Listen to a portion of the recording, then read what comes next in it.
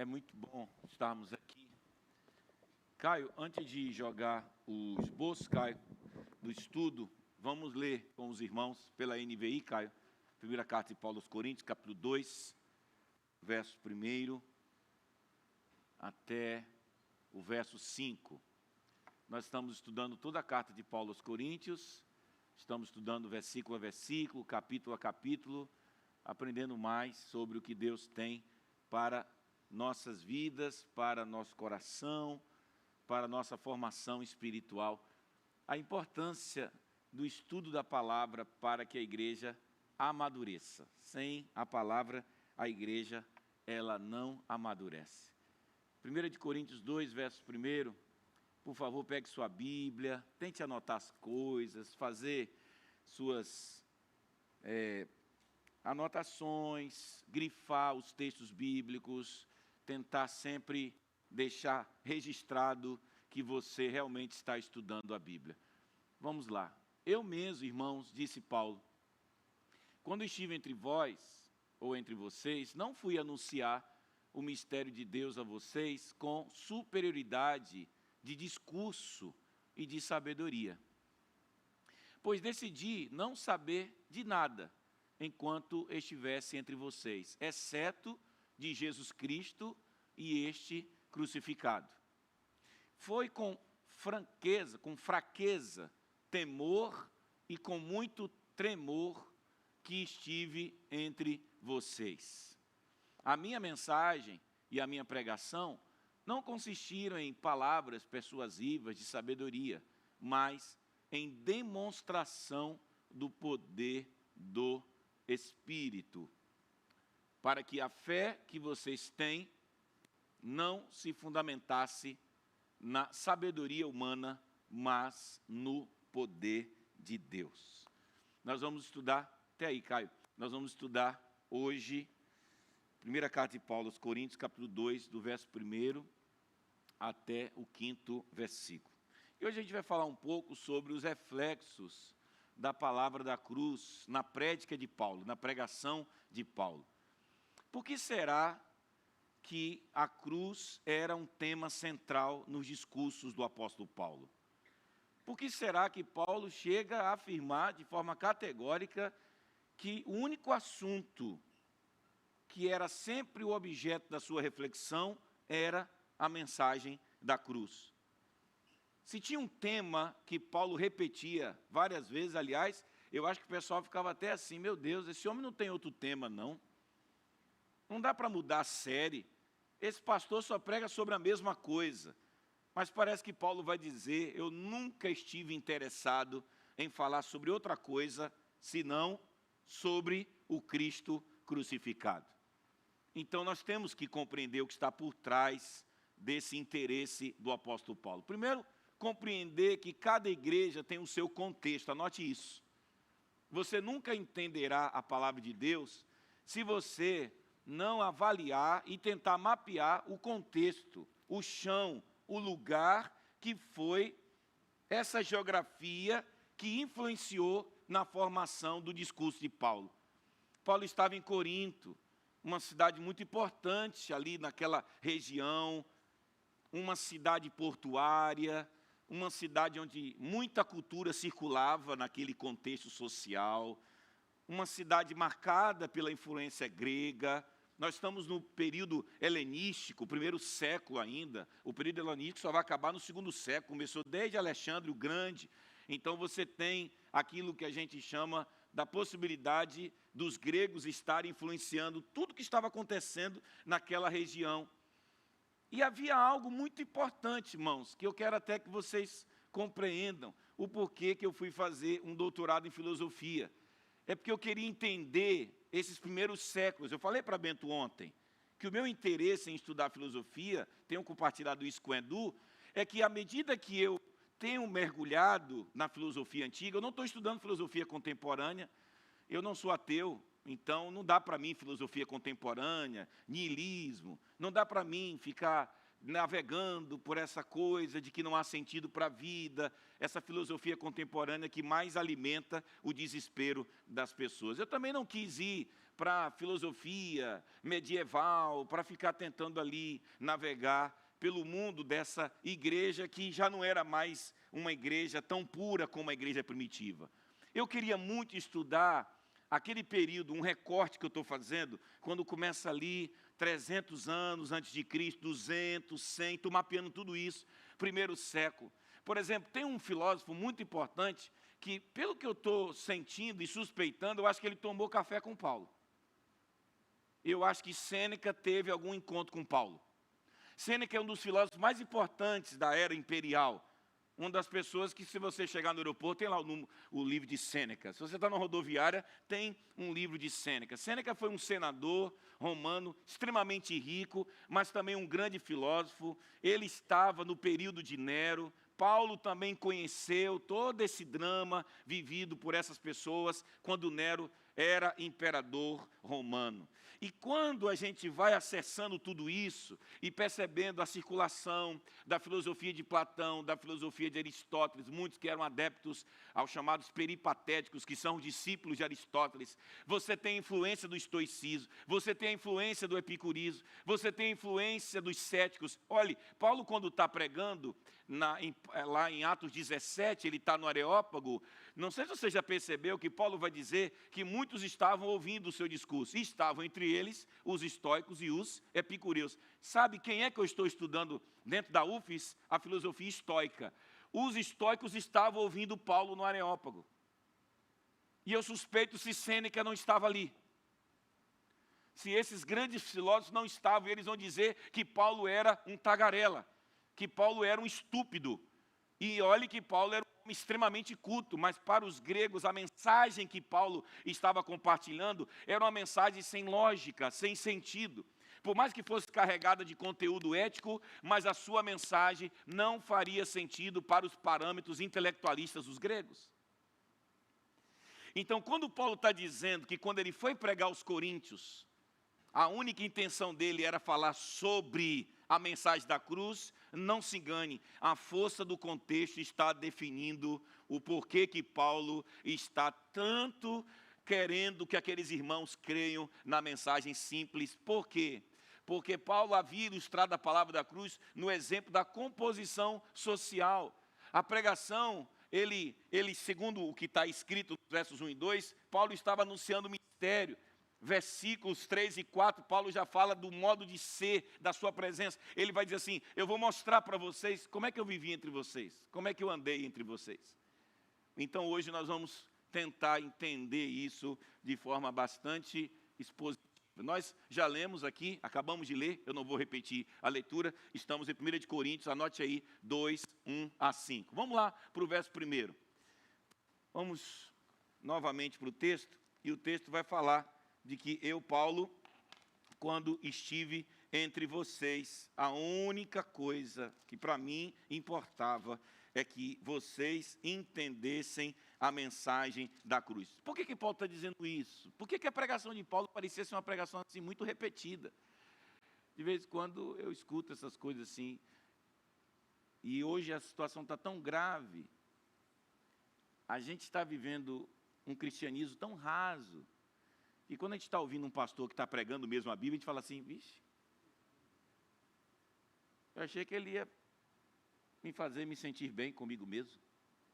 Toda vez que eu entro aqui, eu saio com a sensação de que eu estou em crise.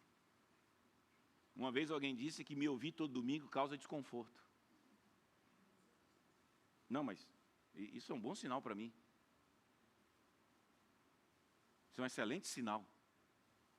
Porque pastor que prega não gera desconforto. O pastor que prega o tempo todo, o pessoal sai achando que a mensagem foi bonita. Ai, que mensagem linda. A mensagem da cruz não é linda, não é bonita. Aliás, ela muitas vezes não é nem palatável. Ela é muitas vezes intragável.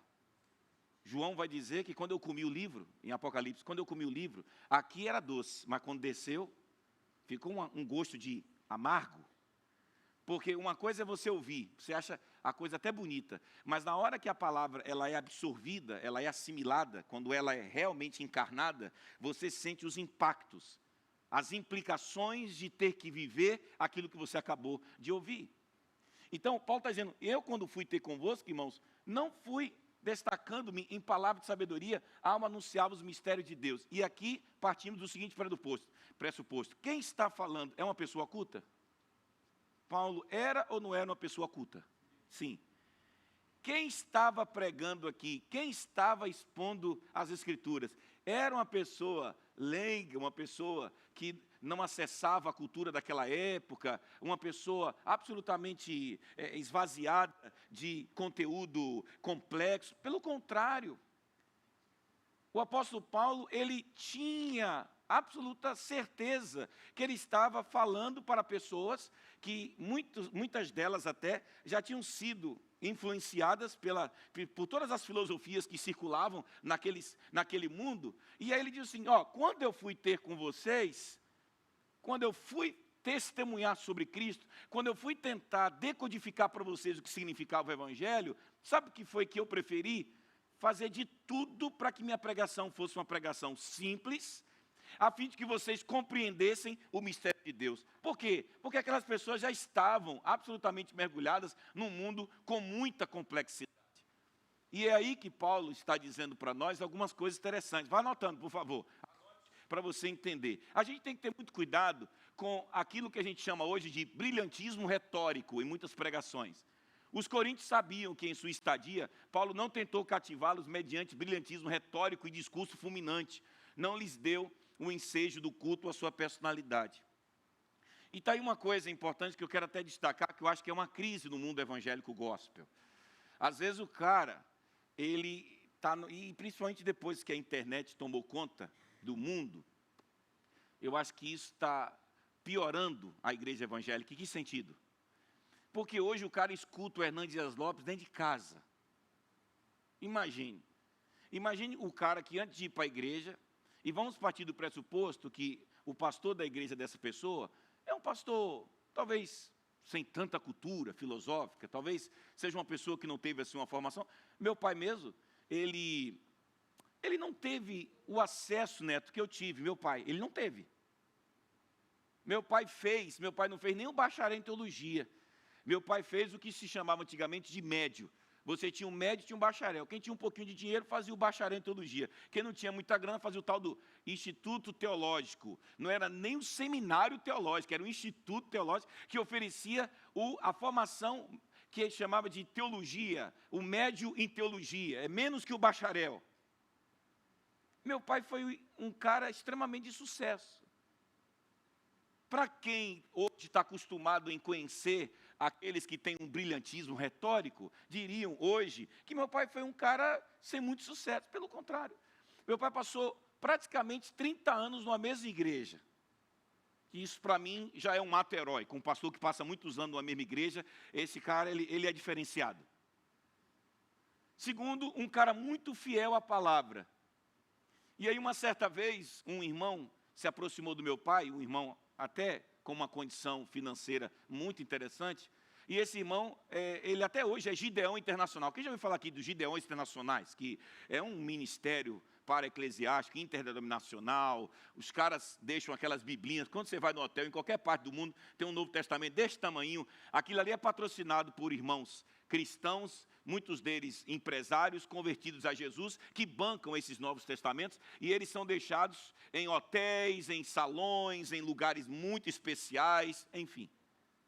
E esse irmão, ele roda o mundo todo, ouvindo quem? Ouvindo gente, sabe, esse irmão muitas vezes ouviu o próprio Caio Fábio naqueles velhos tempos, ouve o Hernandes o tempo todo, ouve todos os grandes pregadores dos outros lados denominacionais, até que um dia,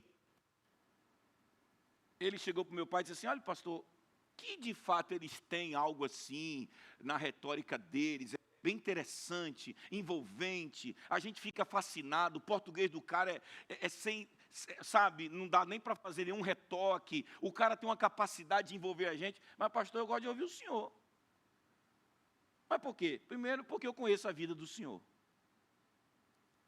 A gente nunca sabe se por trás desse brilhantismo retórico, você tem alguém que sustenta com a sua vida aquilo que prega. Você não sabe. Eu conheço o senhor há quase 30 anos. Um homem fiel à esposa, um pai presente na vida dos filhos, um homem fiel à palavra, o senhor nunca forçou a barra, o senhor nunca usou a Bíblia para tentar conquistar nada para os seus próprios interesses. Então, pastor, começa por aí. Eu conheço o senhor. Pregador de internet, você não conhece a vida dele. Concorda comigo, não? Então, brilhantismo retórico não significa muita coisa. Capacidade discursiva não significa muita coisa. Brilhantismo no fato de saber concatenar as ideias, de usar uma linguagem que apetece as pessoas, uma linguagem que de alguma forma seduz a sua mente, isso não prova nada sobre essa pessoa. Segundo, ele diz assim, pastor, eu nunca vi o senhor tentando colocar na palavra, misturar as coisas, o senhor sempre foi muito fiel.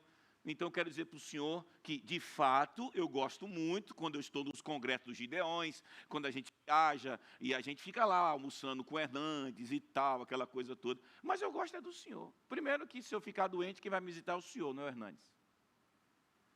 Porque pastor bom não é aquele que você admira de longe. Pastor bom é aquele que, quando você adoece, é quem vai estar com você no hospital. Esse é o melhor pastor do mundo.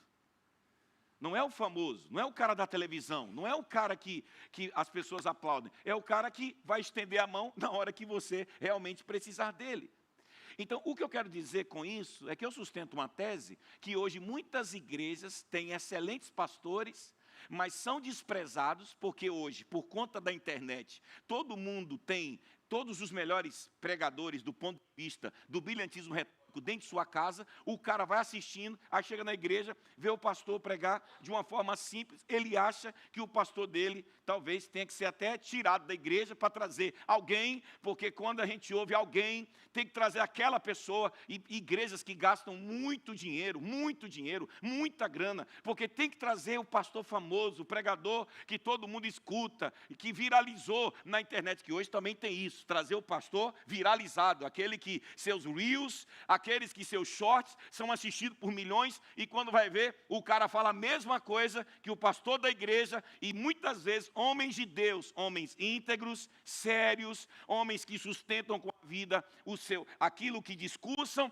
mas muitas vezes são desprezados, porque hoje se tem muito análise pela performance discursiva, pela performance retórica, mas não se tem por isso que não se tem mais hoje, né? Hoje os seminários não são mais chamados de casas de profeta, porque o seminário antigamente era chamado de seminário onde profetas eram formados. Não se tem profetas, se tem hoje o que John Piper vai escrever um belíssimo livro chamado Irmãos, Nós Não Somos Profissionais. Hoje não estamos mais fabricando profetas, fabricamos profissionais da religião, gente que até estuda comunicação, estuda retórica, estuda a maneira como faz um bom discurso, porque isso a gente aprende para quem não tem dom, isso qualquer um pode aprender, e a gente começa a perceber que nós estamos fabricando pessoas que são admiradas pelo discurso, mas muitas vezes a sua vida é totalmente contrária ao seu próprio discurso. E nós temos que ser uma igreja que valoriza o conteúdo, não o brilhantismo retórico. Quem diz amém para isso? Não contem comigo. Nunca entrarei nesse jogo. Não contem comigo. Nunca farei esse jogo gospel aqui, só para lotar a igreja. Não contem comigo. Não contem comigo valorizar a performance. E, aliás, eu tenho orado a Deus, porque eu acho que com 46 anos e com 8 anos aqui, quando eu começar a beirar os 10 anos aqui e tentando imaginar meus próximos 10 anos aqui, eu vou começar a pregar muito sobre isso, para que nós tenhamos pessoas aqui que de vez em quando preguem no meu lugar e que não necessitem de performance para que sejam ouvidos, mas o que importa é que saia da boca delas a palavra que vem de Deus, porque é isso que muda a igreja. E Paulo está dizendo que isso é muito perigoso, por isso que nós precisamos entender que Paulo nunca usou truque, nunca usou artifícios. Exteriormente não houve o que distinguisse sua pregação. Paulo anunciou o mistério de Deus em modéstia, em absoluta naturalidade, sem truque e artifício técnico. Por exemplo, eu nunca gostei desse negócio de música eu pregando. Eu não sei porque minha natureza não... Quem já percebeu isso aqui? O tecladista começa e fica agoniado. Sabe? E hoje todo mundo usa essa técnica. Aí o cara vai pregando. E por que que isso facilita? Porque a música, ela tem um poder, irmãos, de acessar a alma humana que você não tem ideia. Irmão, você passa aqui 2 horas tentando abrir o coração de alguém. Alguém vem aqui em menos de 5 minutos, canta uma música cheia de harmonias. Eu me lembro que uma vez um cientista que estuda música, falou que, por exemplo, uma música em Ré menor. Vou mostrar para vocês. Eu vou mostrar para vocês de forma bem in loco. O poder da música. Ó, a diferença de um Ré menor para um Ré maior. Isso é estudado por aqueles que na universidade estudam a engenharia da música. Olha um Ré maior. Você sente positividade? Positividade. Ó. Olha o Ré menor. Sentiu a diferença? O download foi? Vou fazer de novo. Ré maior.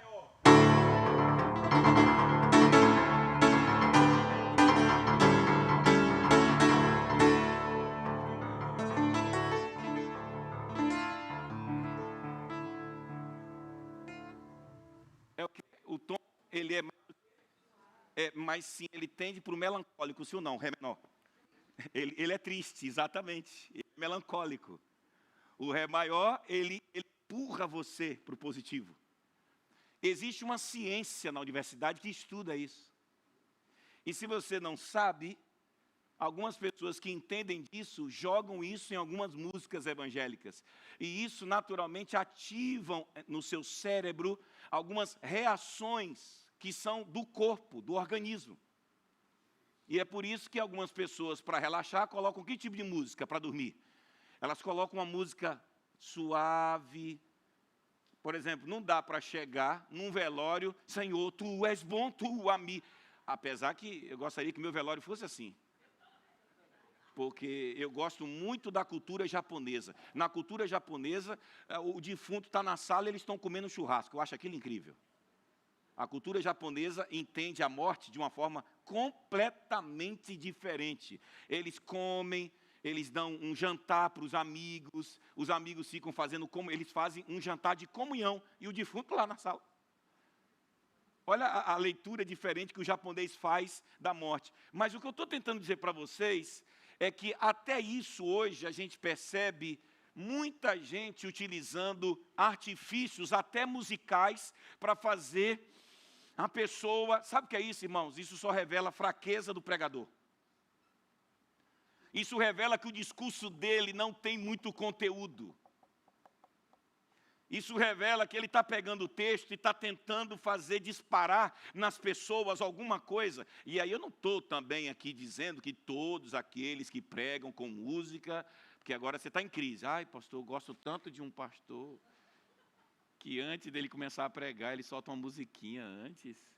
Não. Eu não estou dizendo que todo pastor que faz isso realmente está sendo motivado por alguma coisa. O que eu sei é que a palavra parece que para muita gente não é suficiente. E aí o que é que você produz? Você produz uma camada superficial, como se aquilo gerou transformação. Para quem está vendo, meu Deus, as pessoas estão tomadas, as pessoas estão quebrantadas. Olha só, as pessoas receberam algo de Deus aqui, e aí cria-se toda uma atmosfera. De vez em quando eu fico assistindo. Gente, e aí é o seguinte, o pastor vai pregando, quem já percebeu? Aí vem uma banda e fica fazendo, de vez em quando eles aumentam o som durante. Quem já percebeu essa cena? E aí aquilo vai tomando uma proporção que você diz assim, caramba, que coisa espetacular. E aí você vem para a morada, não tem música, não tem nada, o cara está pregando assim, você fala assim, cara, não sei, eu acho que o pastor não tem tanta unção.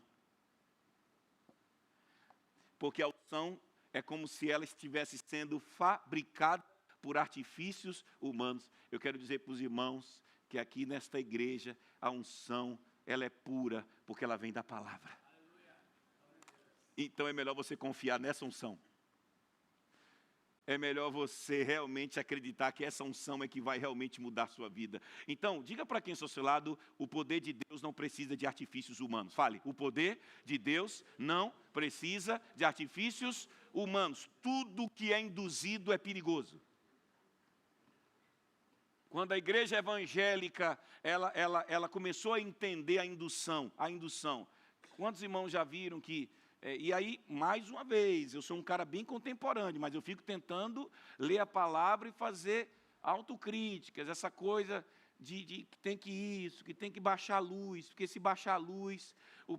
nada contra baixar, aumentar, nada contra baixar, aumentar. Quem me conhece sabe, eu sou uma pessoa muito aberta, sou um pastorzão muito tranquilo. Para quem me conhece, sabe muito bem que eu não tenho crise com baixar, aumentar, mas de alguma forma eu estou sempre fazendo uma crítica como teólogo. Por que que agora tem a mania de baixa a luz, que se baixar a luz o pessoal fica mais concentrado, e isso são artifícios. Nós estamos indo para um lugar perigoso, onde estamos tentando provocar nas pessoas o que só a palavra de Deus tem poder para provocar. E se a gente estiver usando o artifício, Paulo está dizendo que aquilo que aparentemente parece que é de Deus, aquilo está mascarando mais ainda o caráter das pessoas, e nós não veremos a transformação. Por isso que hoje está difícil para as igrejas pequenas, né? Eu sou pastor de pastores pequenos, né? Eu não sou pastor de igreja de pastores grandes. Eu faço uma mentoria com pastores que têm menos de 50 membros. O cara, para ser pastor, tem que trabalhar na venda. O cara, para ser pastor, tem que passar o dia todo. E isso mexe comigo, porque se eu fosse pastor realmente de uma igreja muito grande, e aqui entrasse pelo menos uns 2 milhões de reais por mês, eu faria alguma coisa com esses pastores. Recebi agora o relatório do secretário, o diretor-geral da nossa convenção, 70% das igrejas batistas no estado do Espírito Santo têm menos de 50 membros. São 500 igrejas, então 500 igrejas, 70%, eu não sou tão ruim de matemática não, nós temos aí cerca de 350 igrejas, não é isso? Que só tem 50 membros no máximo. Se eu pudesse ser pastor de uma mega igreja, 2 milhões entrando de grana aqui, eu reuniria o conselho, a gestão ministerial e faria um trabalho de tentar injetar na vida desses pastores alguma coisa, porque de alguma forma eles lutam contra estruturas que são complicadas. Eu sei que lá não tem muita grana, o cara é bivocacional, tem que trabalhar fora e tem que ser pastor. É um privilégio para poucos como eu, que sou pastor integral, de dedicação total à igreja. A igreja me sustenta, graças a Deus, eu sou muito orgulhoso pela minha igreja que me sustenta para ter toda essa estrutura.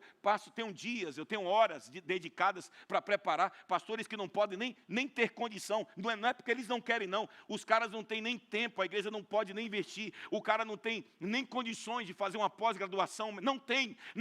Pastores de igrejas extremamente pobres. Só que aí está o detalhe. Até aqui tudo bem. Pior é quando hoje o mundo gospel, ele inventou um modo de ser igreja. E aí eu estou fazendo uma crítica muito séria a igrejas que Deus abençoou. E aí o que aconteceu? Aí o cara começou a investir. Aí investe naquela igreja linda, maravilhosa, ministério infantil com aquela sala extraordinária, e é aquele telão que é a parede. Se você acha que esse telão é bom, em muitas igrejas o telão é isso aqui, é a parede inteira, e aí aquela coisa. Ô Neto, você que é pastor, tenta viajar a partir desse prisma aqui que o seu pastor está dizendo. Imagine, aí o cara chega, mete uma igreja dessa, sabe o que acontece? Essas igrejas, muitas delas, são pouquíssimas, porque mais de 85% das igrejas no Brasil, no máximo tem 100 membros. São pouquíssimas igrejas grandonas, e as grandonas injetam dinheiro, e montam aquele cenário tão encantador, que está produzindo um efeito social que é extremamente danoso para o evangelho. Qual é o efeito? Todas as igrejas ao redor faliram por causa dessa igreja grande. Tem alguma coisa errada. Porque a igreja grande não tem o ministério infantil que o cara tem, Edu. Porque o consumidor hoje, meu amigo, o consumidor gospel, ele chega na igreja, ele quer ter tudo pronto, meu irmão. Ele quer ter o ministério infantil mais maravilhoso, a banda do cara. Se os irmãos não sabem, nessas igrejas grandes, algumas sim, outras não, mas muitas delas têm gente, eles pagam gente de altíssimo nível. E o pastor que só tem um teclado, faz o quê? Aí o cara vai para a igreja, está lá um pastor sério, pregando a palavra. No lugar dele se aproximar do pastor e dizer, pastor, vamos fazer nossa igreja melhorar? Sabe o que muitos desses caras fazem? Eles não querem ficar na igreja pequena e lutar para que aquela igreja pequena desenvolva. Sabe o que ele faz? Nada, vamos para aquela igrejona, aquela que agora está crescendo, está bombando. E aí o cara vai e chega lá, a igreja parece um shopping, de tão boa, de tão extraordinária. Tem alguma coisa desse movimento que eu acho que Deus não está aprovando.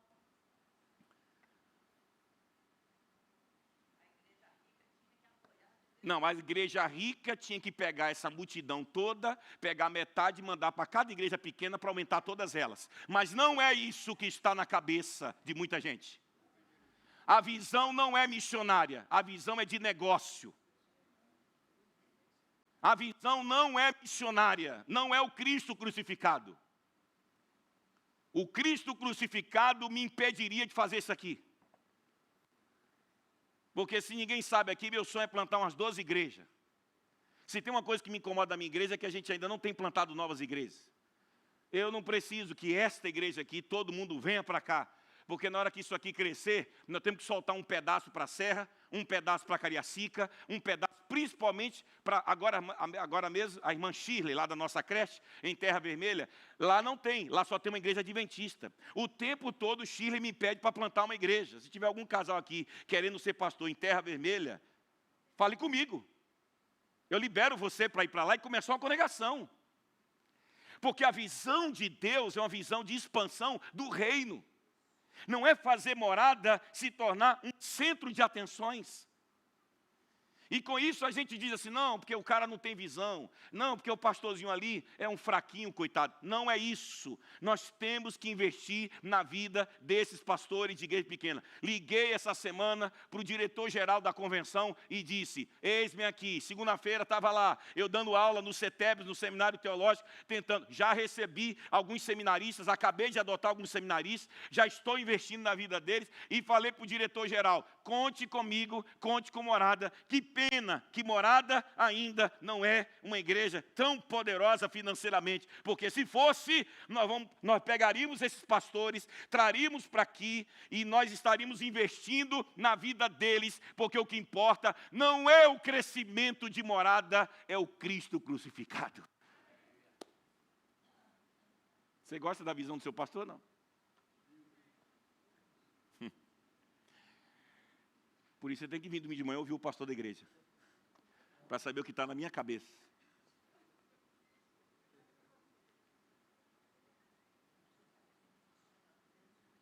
Irmã Sônia, falando por trás da pessoa.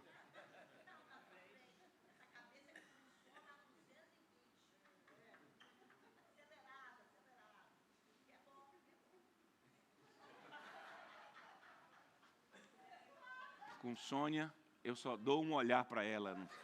Não, depois de 8 anos não falo mais nada, só olho. Sabe, pai que só olha para o filho? Quando eu fui ter convosco, então, a gente não precisa de brilhantismo retórico. Meu sonho é ver Rodrigo pregando aqui, do jeitinho dele. Meu sonho é ver outros aqui pregando. Será que a gente consegue um dia ser uma igreja assim? Mas a gente gosta de ouvir o senhor pregar. Sim, é claro que eu estarei sempre pregando aqui como pastor da igreja. Mas meu sonho é ver a irmã Áurea pegar uma palavra, irmã Áurea pegar aqui a palavra. Irmãos, eu quero trazer uma palavra para os irmãos e todo mundo falar, glória a Deus. Não, a gente não tem mais isso. A gente tem profissionais. A gente só ouve os profissionais. Não ouve um irmão leigo da igreja pregar, porque o nosso rigor litúrgico não nos permite ouvir uma pessoa que não tem tanta formação, porque a gente não entendeu ainda que o que mais importa não é o brilhantismo retórico, é o discurso. É o conteúdo. Quem sabe um dia a irmã Ivgue estará pregando aqui no meu lugar. Uma variante nos manuscritos. Há manuscritos em que Paulo diz, eu vim revelar para vocês o mistério de Deus. Olha o que ele diz, quando eu fui ter com vocês, eu não fui usando muita sabedoria humana para revelar o mistério. Por que Paulo preferiu a palavra mistério? Aparece a palavra mistério no seu? Alguém tem uma versão diferente?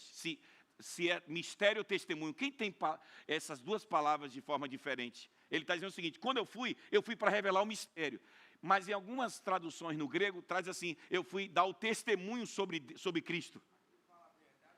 A verdade secreta, mas é isso. Quem é a verdade secreta? A verdade secreta. O mistério, mas qual era o mistério de Deus, segundo Paulo? O grande mistério guardado debaixo de 7 chaves era Cristo. Era Cristo. Eu gostaria muito que você começasse a pensar sobre isso aqui, para você entender o Evangelho da forma mais simples possível. Quando você vê hoje a palavra mistério na boca de muita gente, o que é que significa mistério? Eita, que mistério! Parece que mistério é alguma coisa que significa assim, algo assim, que aquela pessoa ouviu da parte de Deus, que ninguém foi capaz de ouvir. Sabe o que era o mistério para a cabeça de Paulo? Cristo. Então, toda essa confusão que a gente vê no mundo, principalmente no mundo neopentecostal, é que eles tentam pegar uma palavra dessa e transformá-la naquilo que no Novo Testamento ela não significa. Porque o único mistério na Bíblia, qual é? O único mistério que já foi revelado, já foi. Cristo. Cristo, aquele que foi preparado por Deus para redimir o mundo. E por quê? Porque Paulo, dessa forma, Paulo assume o papel de iniciador do mistério de Deus, atribuindo aos apóstolos em Corinto, mas diverge radicalmente a definição de seu conteúdo. Por quê? Porque Paulo compreende esse mistério de algumas maneiras. Olha o que ele diz. Pois, vamos ler juntos? Verso 2. Decidi nada saber entre vós, senão Jesus Cristo. E este o que, gente? Tudo que eu pregava era sobre Cristo, tudo que eu cantava era sobre Cristo, tudo que eu falava era sobre Cristo, tudo que eu ensinava era sobre Cristo. Quando eu discipulava, eu falava para a pessoa coisas que Cristo queria falar para ela. Eu vou falar bem baixinho, bem baixinho, bem baixinho, para ver se a minha igreja entende de uma vez por todas e a gente entra numa outra dimensão aqui morada. Tudo, eu nunca quis saber nada entre vós, a não ser falar sobre o Cristo. Mas não é só o Cristo, é o Cristo crucificado. Porque tirar o Cristo da cruz é tirar do Evangelho aquilo que estão tentando tirar para ele ficar mais palatável. O mundo gospel, ele tira, ele fala do Cristo ressurreto, do Cristo poderoso, do Cristo que tem poder para curar, do Cristo que tem poder para restaurar, e tem mesmo, do Cristo que é poderoso para fazer qualquer coisa, infinitamente mais, é mesmo. Mas parece aquilo que eu falei domingo, parece que a ênfase é demais no Cristo glorificado e pouco no Cristo crucificado. Queremos a ressurreição, mas não queremos a crucificação. Queremos a vitória, mas Paulo vai dizer que eu não vim aqui apenas desfrutar das vitórias, mas participar dos sofrimentos de Cristo. Parece que a gente está fazendo uma forma de fazer com que ninguém se sinta desconfortável, mesmo porque o ser humano pós-moderno não gosta de desconforto, ele não gosta. O ser humano pós-moderno, ele é mimado. Me desculpem dizer isso aqui, o ser humano pós-moderno, eu não estou falando de morada, eu estou falando da cultura hoje em dia. Alunos mimados, ovelhas mimadas, sociedade mimada, amigos mimados, amigos que você não pode confrontar, o cara rompe com você numa velocidade muito grande, filhos mimados, filhos que não podem ser mais repreendidos porque não aceitam a correção do seu pai. E assim a vida está ficando chata, porque ninguém suporta ouvir aquilo que é verdadeiro, que teria poder para gerar transformação. Então, os pastores viram isso. Os pastores que gostam da retórica e gostam de atrair, apenas atrair, atração, mas sem transformação, porque o evangelho tem poder de atração, claro que tem, mas ele tem que ter poder de transformação. Se só for atração, vira o irresistível para atrair. Não pode ser só o irresistível para atrair. Tem que ser o irresistível para transformar também. Só que para transformar, não dá para falar só que o Cristo consola. O Cristo que consola, ele confronta. O Cristo que cura, ele quer arrependimento de pecado. O Cristo que nos abençoa é o Cristo que carregou uma cruz e disse que a gente também teria que carregar a nossa. O Cristo que está no céu é o Cristo que morreu. O Cristo, antes de ressuscitar, é o Cristo que primeiro deu a sua vida. Nós não queremos essa parte aqui. Nós não queremos essa parte aqui do pacote, do combo. Nós não queremos. Porque nós só queremos receber. Nós queremos o Cristo da glória. E eu volto a dizer do púlpito desta igreja, com muita tranquilidade. Um dia desse o Rodrigo falou para mim assim, pastor, às vezes a gente esquece mesmo, né? Rodrigo falando um pouco sobre se dedicar à palavra, se dedicar a isso, ele falando que Deus tem falado com ele sobre o quanto ele tem que se esforçar para abrir mão de algumas coisas, para, sabe, não há mais esforço. Eu cansei. Eu estou um pouco cansado. Vou falar calmo para eu falar no modo espiritual. Estou cansado dessa fala que se repete, às vezes até aqui em Morada. Todo o movimento que a gente faz para tentar, às vezes as pessoas, elas sempre estão querendo encontrar uma forma, mas no fundo, o que meu espírito eu tenho ido ao monte para ouvir a voz de Deus. Claro que a gente ouve a voz de Deus no quarto, mas esse negócio que inventaram aí de ir para o monte, eu estou gostando desse negócio. Sinto muito em dizer aqui que um pastor batista indo para o monte domingo, sábado, mas esse negócio está virando uma coisa tão boa, levantar de madrugada com a minha mulher e entrar com ela nesse... Meu Deus, já fui a segunda vez, já estou doido pela terceira vez. Sábado que vem quero estar de novo ali, olhando aquela natureza. A prefeitura, poucas prefeituras no Brasil fazem isso. A prefeitura de Vitória reservou um local só para o povo que gosta de orar. Deus abençoe o povo de Vitória. Deus abençoe a prefeitura de Vitória. Eu nunca vi isso na vida. Nossa cidade tem um local reservado, extremamente seguro, cheio de gente buscando a Deus.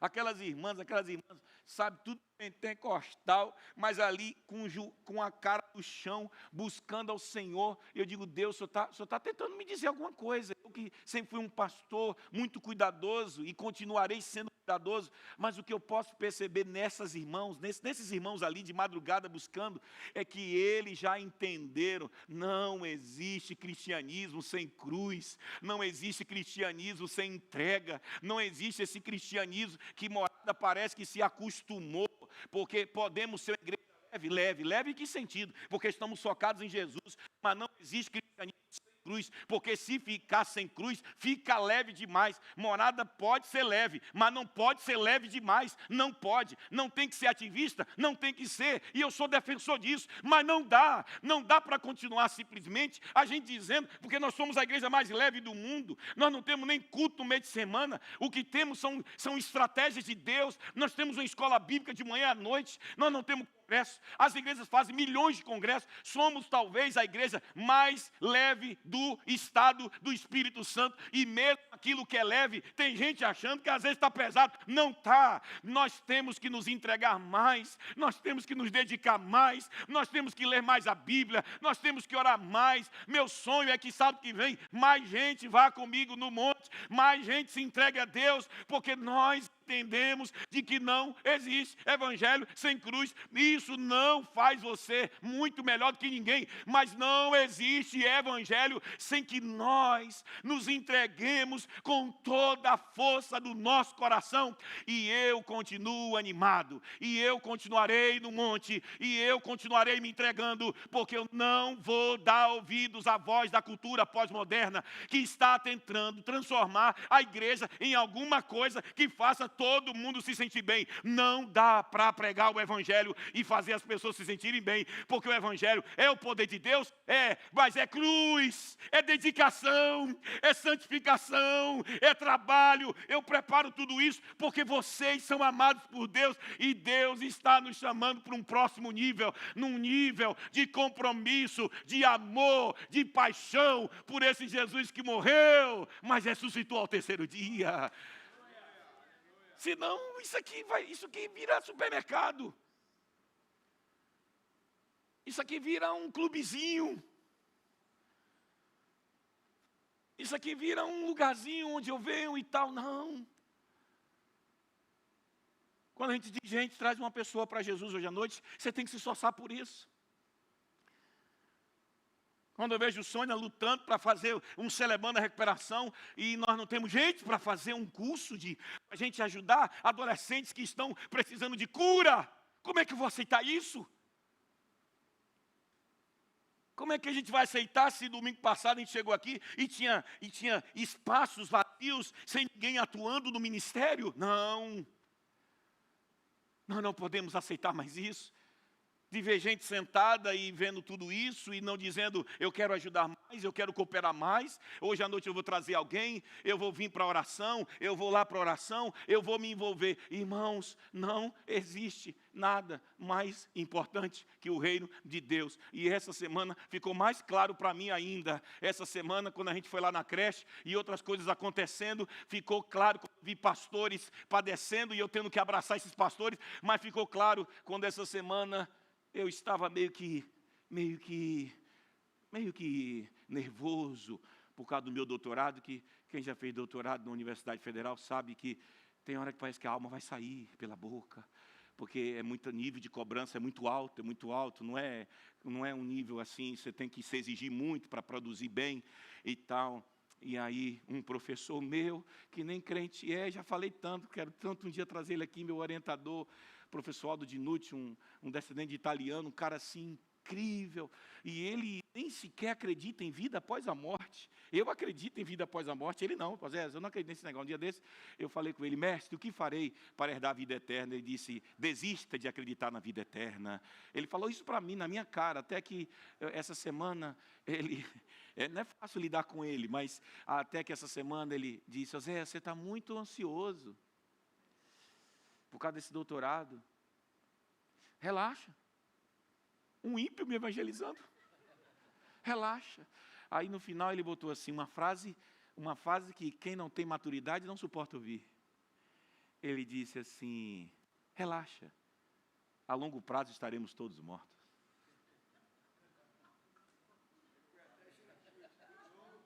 Você aguenta ter um professor desse assim, Neto? O cara está sendo tão filósofo, mas tão verdadeiro, a longo prazo. Sabe o que ele está dizendo para mim? Osés, eu estou feliz porque você é um aluno dedicado, mas para de ficar muito pilhado, você está muito pilhado pelo doutorado. A longo prazo, quando ele disse isso, Júnior, fortaleceu mais ainda a minha fé.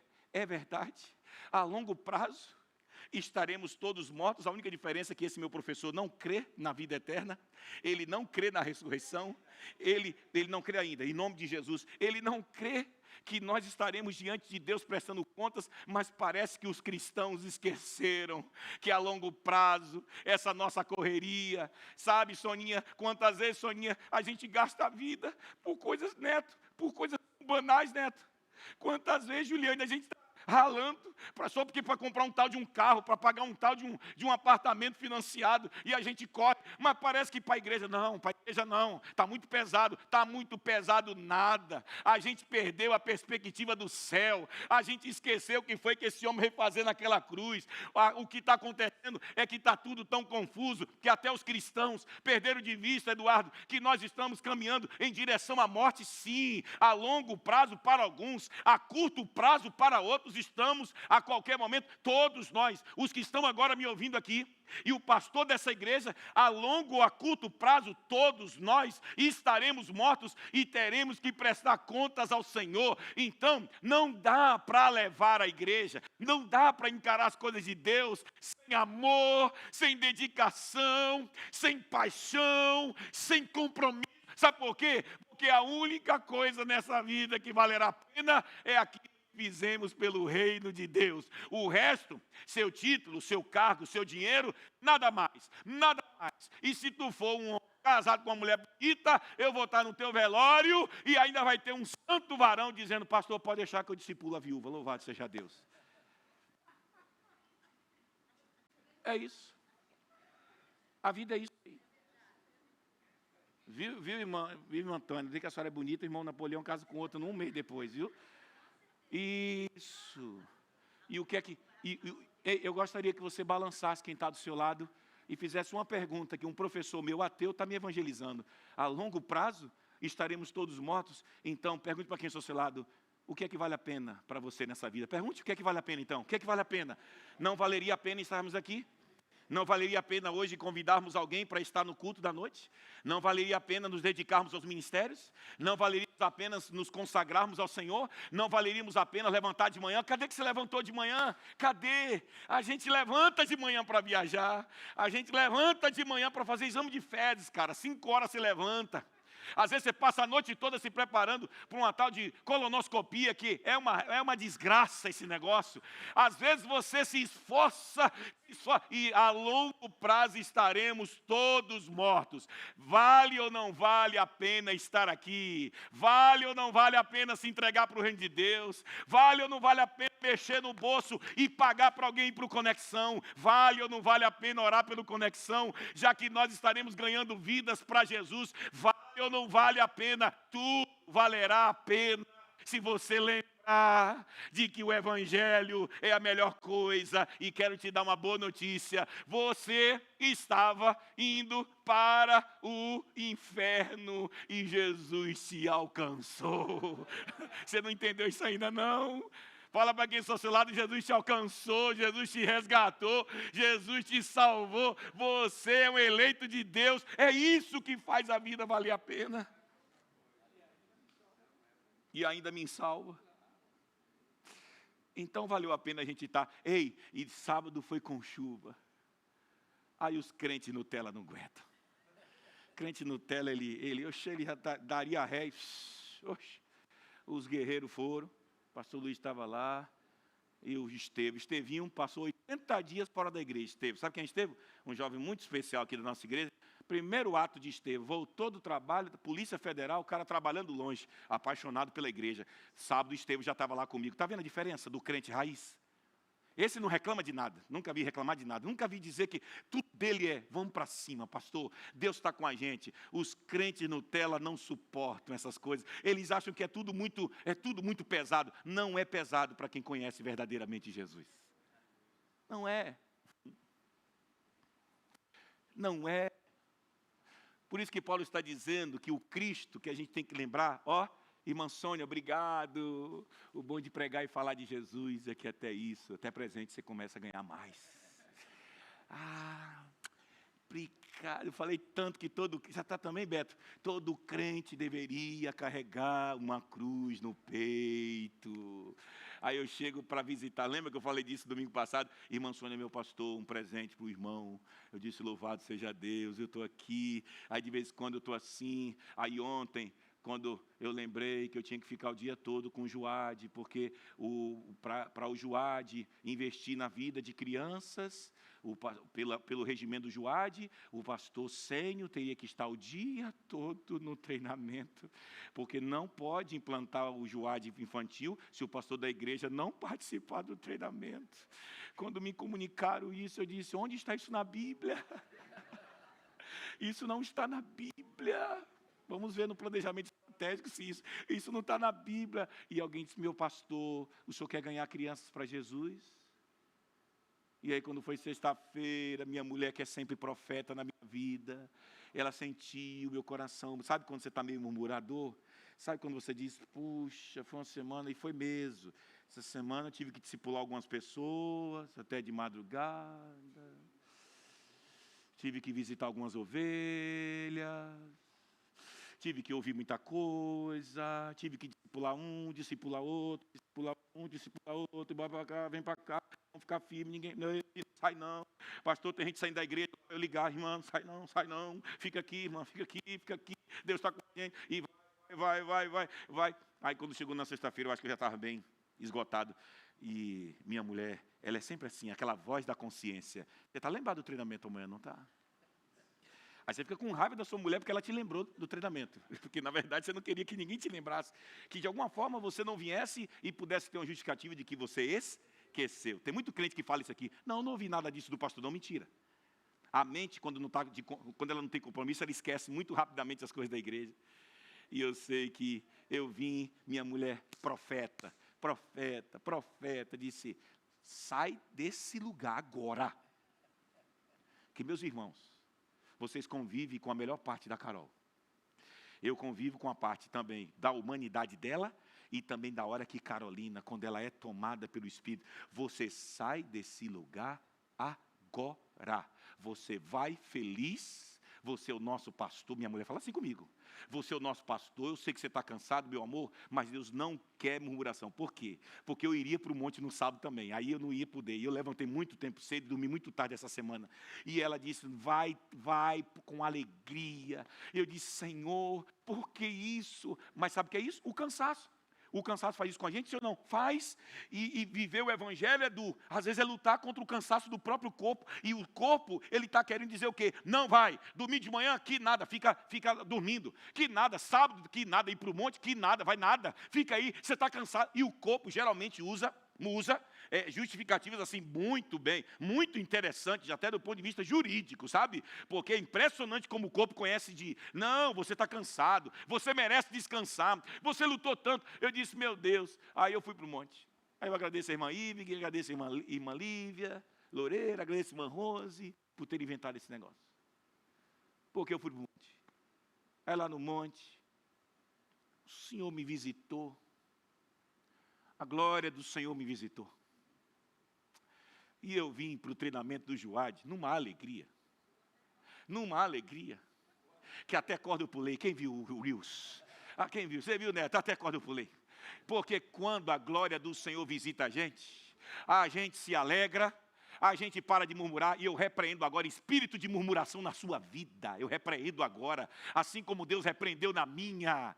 Essa murmuração, esse descontentamento, não vem de Deus. A gente está descontente por tudo, é por tudo que acontece, é pelo trabalho, é porque isso, a gente nunca está feliz. Se um dia você lembrar do Cristo crucificado, pregado naquela cruz, se você se lembrar que você foi alvo desse Cristo, a murmuração é substituída por gratidão, a murmuração é substituída por alegria, por satisfação. Eu disse, Deus, eu sou um cara privilegiado, eu tenho ovelhas que estão ali desde ontem, desde 8 horas da manhã, tem 15 irmãos ali dentro, alegres, e eu com eles, e vivemos o dia todo ontem, e fui em casa e voltei, e fiquei com eles, e brincamos, e recebemos. Tem gente do Rio Grande do Sul, treinando meus irmãos, e estão ali me esperando, que daqui a pouco eu tenho que ir para lá, passar a tarde toda lá, para depois estar aqui. Eu vou fazer isso, com alegria, sabe por quê? Porque a curto ou longo prazo, estaremos todos mortos, e a única certeza que a gente tem nessa vida, é viver para Cristo, porque Paulo vai dizer, que é isso que ele diz, que o morrer para ele, era o quê? Era o quê? Era lucro, sabe por quê? Porque viver para Cristo, para Ele, era o que dava sentido à sua vida. Louvado seja o nome de Jesus. Onde estão esses irmãos? Onde estão essas ovelhas? Estão aqui nessa manhã? Onde está o exército de homens e mulheres apaixonados e apaixonadas por Jesus? Onde estão eles? Eu não vou parar de fazer essa escola bíblica do jeito que eu estou fazendo, não. Olha aqui o que está acontecendo. Nós temos que ouvir a voz de Deus. Deus está dando a direção. Deus está apontando o caminho. Onde estão os homens de Deus? Onde estão as mulheres de Deus? Estão aqui. Porque são aqueles que querem se comprometer com Cristo cru. Lá, por isso, volta de novo a usar a cruz no pescoço. Para ver se tu lembra de alguma coisa. Volta de novo a usar a cruz no pescoço para ver se tu lembra do Cristo crucificado. Volta de novo a olhar para aquela cruz. E na hora que você ficar murmurando, porque você está no trânsito, está nisso, está naquilo, murmurando, brigando por besteira, brigando por qualquer coisa, e desfazendo coisa, e lutando por isso, vamos orar. Deus deu uma palavra sobre conexão lá no monte. Deus usou uma pessoa para falar sobre conexão. Precisamos unir nossos espíritos. Precisamos unir nossas forças. O Conexão, Bento, você é relator fiscal da igreja, você sabe, Bento, o que Deus faz naquele lugar, você sabe disso. E a luta é muito grande, parece que é uma luta desgraçada, é tanta coisa tentando desanimar, e o diabo começa a pegar um, pega outro, e começa a fazer coisa, e começa, Neto, tentar desarticular. Gente, nós temos que unir as nossas forças, porque o que Deus faz naquelas montanhas, é tentando salvar a Sônia. Toda hora a Sônia diz, pastor, depois que eu fui para Conexão, minha visão mudou. Não foi não, Soninha, de muita coisa. O que tem de crente aqui, que já foi no Conexão, e a gente vê literalmente tudo que é bom, seja EBD, seja o Conexão. A luta é grande, por quê? Porque o diabo sabe que se a gente investir nessas coisas, e por que ficamos lá 3 dias, passando tanto perrengue, por quê? Porque o Cristo da cruz amou aquelas pessoas. E a gente luta para levar 100 pessoas, era para ser rápido, era para a gente levar 200, era para a gente levar 500 pessoas, era para a gente fazer uma conexão, era toda semana. Porque muita gente precisa do Cristo que morreu na cruz. Vamos caminhar aqui para o final, e você sabe quando eu falo isso eu nunca termino. Não arbítrio, mas mandato. Ele não fez como opção pessoal e por isso arbitrária, mas em obediência. Paulo estava ali dizendo o seguinte: eu vou pregar mais sobre o Cristo da cruz. Minha meta é essa. Então, se você gosta de uma igreja light, não pode ser morada. E alguma coisa me diz que morada, em algum momento da sua história, entrou nessa sensação de igreja light. A igreja light. Eu entro, beleza, fico aqui, aqui é tranquilo. Entendeu o que eu estou falando, não? Isso aí foi um processo que muitas igrejas sofreram no Brasil. E aí a gente vê a dificuldade que é, porque não pode tocar, não pode confrontar, porque não pode, pastor não pode falar isso aqui, não, porque o irmão Beto, vou usar aqui Beto como exemplo, não, porque o irmão Beto não pode apertar o voluntário, porque se apertar o voluntário, sabe como é que é, né, pastor, voluntário, ei, eu disse para aqui, por isso que eu posso dizer, porque eu disse isso aqui para uma pessoa que eu amo muito. Isso aqui está enterrado em nome de Jesus. Se eu não posso dizer, Neto, por que você faltou? Meu pastor, me perdoe que sexta-feira eu levei minha mulher lá para o show do Morada e eu esqueci. Vamos imaginar, Neto, que você tinha um compromisso na igreja e você vai dizer o quê? Pastor, me perdoe, eu deveria ter vindo e eu fui com minha mulher. Está tudo bem. A questão não é que a gente vai dizer, Neto, você está fora. Agora, não podemos mais aceitar. O nível de compromisso às vezes é baixo. A gente marca com 6 horas, o cara chega às 6h20. A gente marca uma coisa e diz que é muito apertado. Por que não é apertado para o Jogo do Brasil? Porque no Jogo do Brasil todo mundo se dedicou. Por que, Lívia? Porque para todas as outras coisas é tudo. Não fala não. Voluntário, né, pastor? É voluntário, mas foi salvo pela graça. É voluntário, mas estava indo para o inferno e foi salvo pela misericórdia. É voluntário, é sim. Não ganha nada, é sim. Não, mas isso tem que acabar. A gente cobra do pastor, a gente cobra de quem é contratado. A gente cobra aqui é de todos aqueles que amam Jesus, porque Jesus disse o que para Pedro? Não, Senhor. Nós não vamos deixar o Senhor morrer na cruz, não. Não, Senhor. Jesus olhou para a cara de Pedro e falou assim: para trás de mim, capeta. Você não vai deixar eu cumprir minha missão. Eu vou cumprir. Meus irmãos, nós estamos alimentando a cultura dos crentes Nutella. É por isso que morada fica sempre, né? Deus quer fazer morada crescer. Deus quer fazer morada avançar. Deus quer fazer. Não, mas não. Cuidado com isso. Meus irmãos, chegou a hora de um posicionamento. Eu falo aqui em nome do Espírito Santo. Posicionamento. E não vou esperar mais de ninguém. Eu vou fazer minha parte. Quem vai para o monte sou eu. Quem quiser me acompanhar, que me acompanhe. Porque Deus está dizendo, Oséias, posicionamento. Nós vamos vencer. Esse conexão vai acontecer. Deus vai prosperar essa conexão. Muita gente será salva por Jesus. Por quê? Porque nós sabemos qual é a razão da nossa fé. Nós sabemos. Fala para quem está ao seu lado. Crente raiz não tem medo de ser confrontado. Falei, crente raiz não tem medo. Não tem medo. Crente raiz não.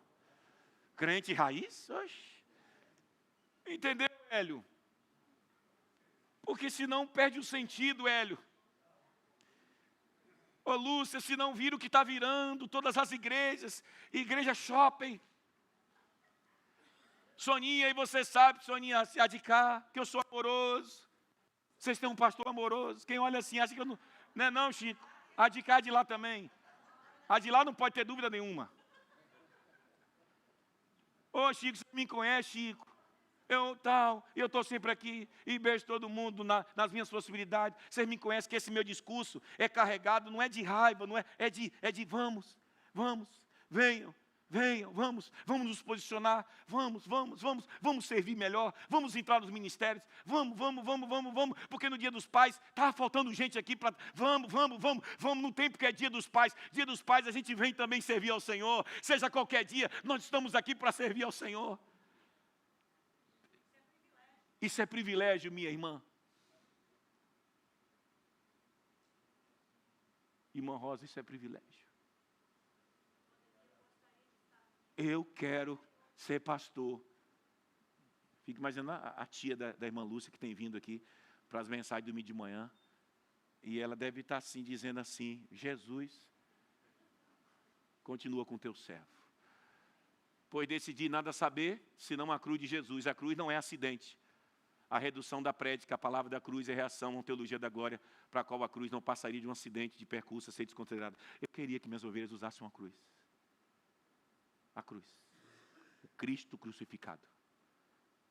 Na hora que você achar difícil, que é difícil, porque liderar um pequeno grupo é difícil é morrer na cruz. É tão difícil para mim estar na EBD, difícil é morrer na cruz. Paulo está usando a teologia da cruz para formar uma igreja servidora. Porque em Corinto a empolgação era do Cristo, o Cristo ressurreto. E Paulo está enfatizando a cruz. A ressurreição é importante ou não? Ela é importante ou não? Claro, porque ela aponta o quê? A ressurreição. Ela aponta o quê? O que é que ela aponta? A ressurreição aponta o quê, gente? Vamos agora teologicamente definir qual é a diferença entre crucificação e ressurreição. Por que Paulo está enfatizando mais crucificação do que ressurreição?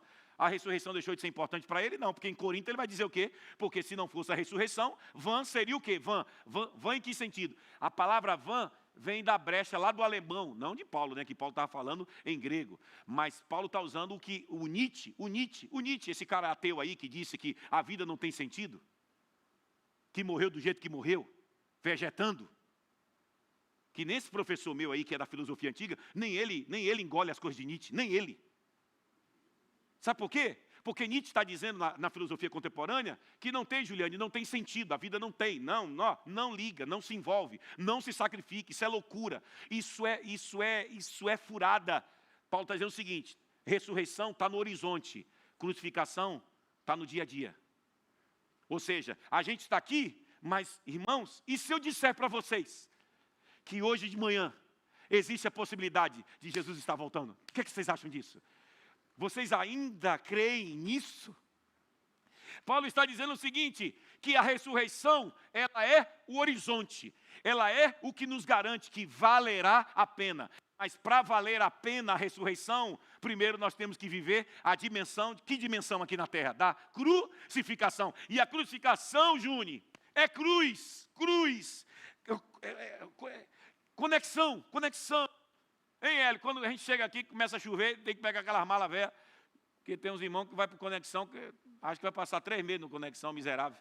E irmão Hélio tomando chuva na cabeça, e eu digo, Hélio, aí coitadinho de Hélio, volta com a coluna toda quebrada, irmã Lúcia, coitada, né, recebe o namorado dela todo quebrado, mas está lá, aí vê Gandini e pega aqui, pega lá, e vê Lucas, né, o nosso Luquinhas aqui, Ana Clara, e arruma ali, eu não vou contar o resto, e quando chega lá, é aí que o bicho pega para todo mundo, para quem está, e aí você vê, gente tá, irmã Zezé para cá, e outro para cá, e outro para lá, e lá vai Rodrigo, todo mundo fica, e tudo mais, você fala assim, eita, pega, e aí às vezes o negócio vai apertando lá para a gente, e às vezes tem hora que umas coisinhas acontecem, e tem hora que você fala, Senhor, cansar, a gente chega aqui arrasado, eu passo uma semana, geralmente eu passo uma semana com o corpo todo arrasado, e fica aqui, Sônia e Lacerda aqui no terrestre, para segurar, e o velhinho Lacerda quebrado também, ajudando a gente a pegar a mala. Eu quero dizer uma coisa para quem serve a Deus olhando para a cruz.